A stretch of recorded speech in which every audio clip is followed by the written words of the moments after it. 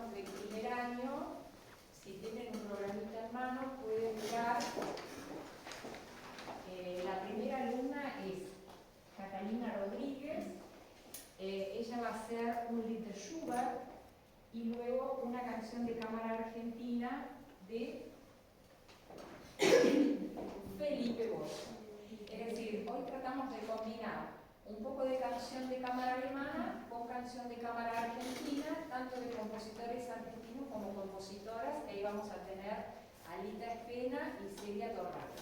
También tenemos un área de oratorio, que ya lo vamos a mencionar en su momento, y también un área de ópera del siglo XX, que también vamos a mencionar en su momento. Así que bueno, Catalina Rodríguez, adelante.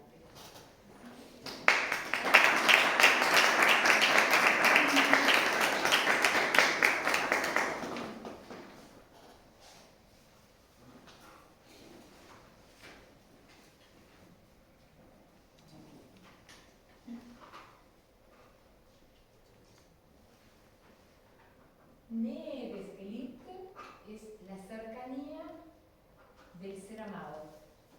Así que con esto